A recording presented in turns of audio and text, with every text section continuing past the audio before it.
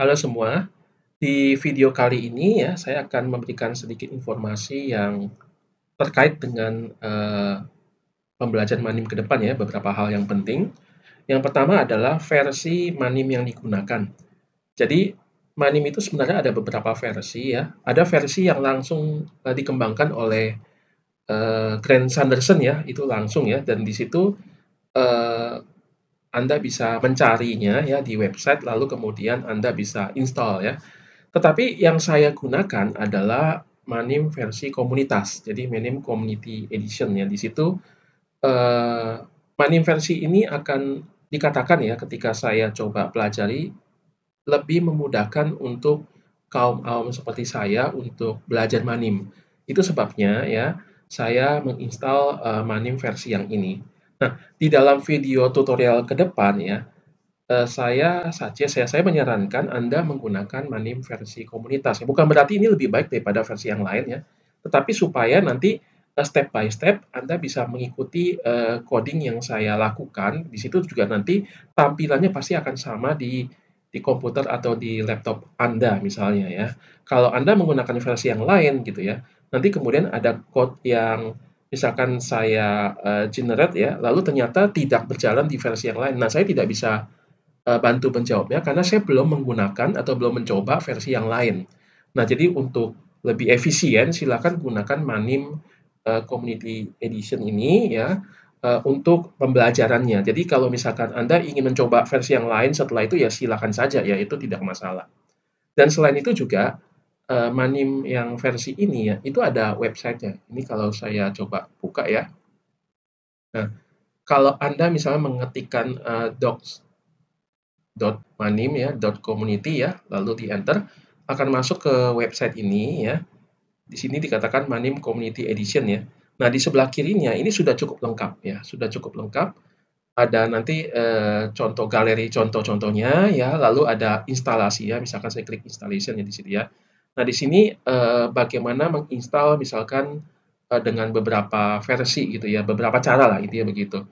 Nah, saya tidak akan memberikan, tutorial step by step bagaimana menginstal ya, itu di YouTube sudah ada beberapa channel yang membahas itu, bagaimana menginstal, Manim ini di ini ya, di misalkan di laptop ya, di Windows misalnya atau di, MacBook Anda misalnya ya.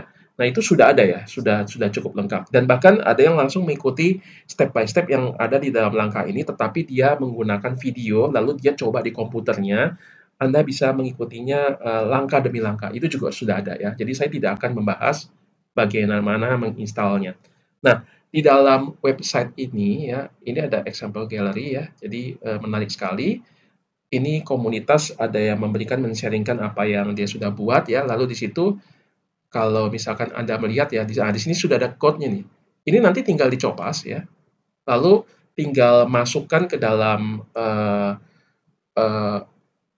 aplikasi atau software Anda di situ ya, yang sudah diinstal ya, Manim itu ya. Nanti akan muncul tampilan seperti ini. Lalu kemudian kalau ingin tampilannya misal seperti ini ya, nah ini code-nya sudah ada.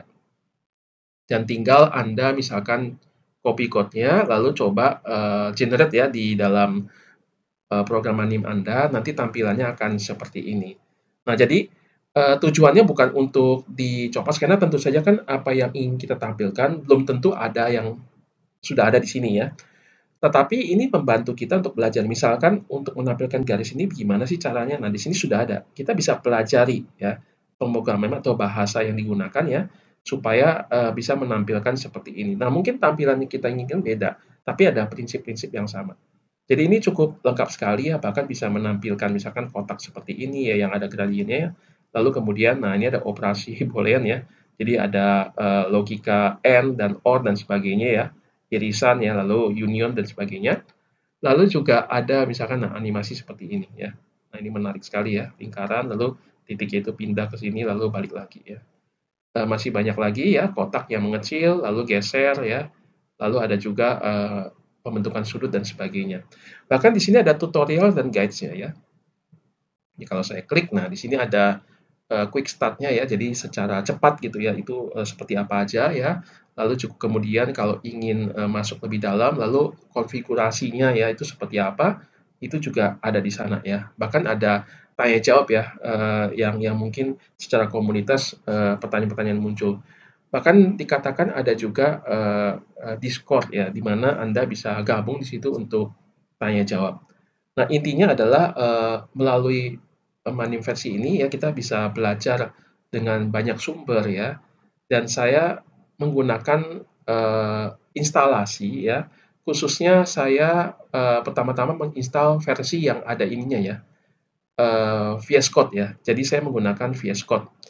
Jadi nanti kalau misalkan Anda mencari gimana sih cara menginstalnya gitu ya, lalu coba cari di YouTube ya yang ada, mencoba menggunakan VS Code. Nah, di situ, saya menggunakan itu ya. Jadi misalkan, nah ini saya buka dulu ya. Nah, ini VS Code-nya seperti ini ya. Jadi sudah saya install di Windows ya. Kemudian VS Code ini, saya ke bagian ini, extension. Setelah Anda menginstal itu, kemudian cari ya, misalkan di sini belum ada nih ya, tempat ini ya. Anda cari misalkan Manim ya, site view misalnya begitu ya. Dan tentu saja, Manimnya sudah harus diinstal ya. Jadi selain VS Code, lalu Manimnya sudah diinstal, lalu kemudian nanti di extension ini ya, baru Anda mencari ini dan extension ini dinyalakan, di-enable ya.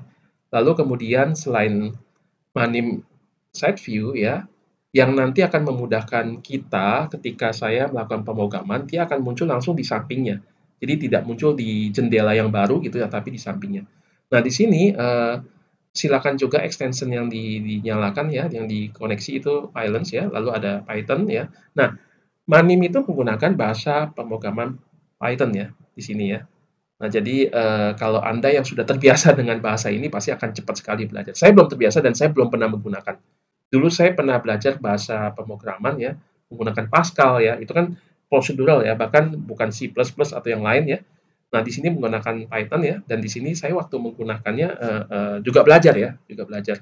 Dan interesting, ternyata, banyak konsep matematika yang rumit itu bisa bisa dibuat animasinya dengan mudah ya. Lalu satu lagi ini ya, jadi 4 ini tolong di-enable ya, supaya nanti waktu kita melakukan coding gitu ya, jadi kita bisa punya tampilan yang sama, oke. Nah, kembali ke sini ya misalnya ya. Jadi nanti di VS Code ini nanti akan ada, file ya, lalu kemudian ada edit. Nah, kalau kita klik filenya, nah di sini ada new text file. Ya, atau misalkan Ctrl N langsung ya. Jadi Ctrl N langsung kita akan masuk ke halaman seperti ini. Perhatikan ya, tadi ada welcome, welcome ini boleh ditutup ya. Nah, di sini ada untitled. Jadi artinya belum belum diberikan nama, belum diberikan judul ya, atau saya belum save dengan nama tertentu ya. Nah, pertama-tama yang kita lakukan adalah nanti kita memilih ya bahasa pemrograman yang kita gunakan. Jadi select language ya. Lalu di sini ada banyak sebenarnya ya, ada banyak. Nah, yang kita mau gunakan adalah Python. Kita searching-nya Python. Nah, sudah muncul ya, tinggal kita klik. Nah, ini sudah nanti, kita tinggal melakukan coding di sini ya. Nah, di bagian bawah di sini ya, kalau misalnya biasanya nggak muncul seperti ini ya. Ini kalau misalnya Anda menekan X di bawah sini ya, nah akan muncul, tampilan seperti ini ya. Ketika misalkan saya membuat coding itu, lalu kemudian ada problem ya, misalkan, tidak tepat ya, kurungnya kurang ya, itu nanti akan muncul di sini pemberitahuannya. Ini sangat membantu kita ya.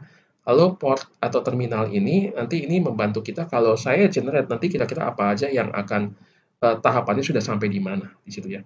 Nah, di sebelah kanan atas ini ya, ini ada, tombol untuk generate ya. Jadi, run Python file. Jadi file Python yang sudah saya buat ya, coding itu sudah saya selesaikan. Nanti kita run dulu ya. Lalu kemudian di sini baru saya klik yang ini ya, yang warna kuning ini ya. Ini adalah side view-nya. Nanti akan muncul tampilan animasi di sebelah kanan itu ya. Jadi ini beberapa hal yang penting ya, harap bisa kita nanti sama-sama gunakan ya. Kalau misalkan ada beberapa hal yang masih bingung, bisa mengacu ke website tadi ya, bagian instalasi, atau bisa juga melihat ke channel YouTube lain yang sudah cukup detail ya, di dalam memandu kita untuk instalasi. Saya juga akan taruh di bagian deskripsi ya, channel YouTube yang saya gunakan step by step untuk menginstalasi program Manim di dalam laptop saya ini. Oke? Di pertemuan selanjutnya kita akan mencoba langsung masuk ke dalam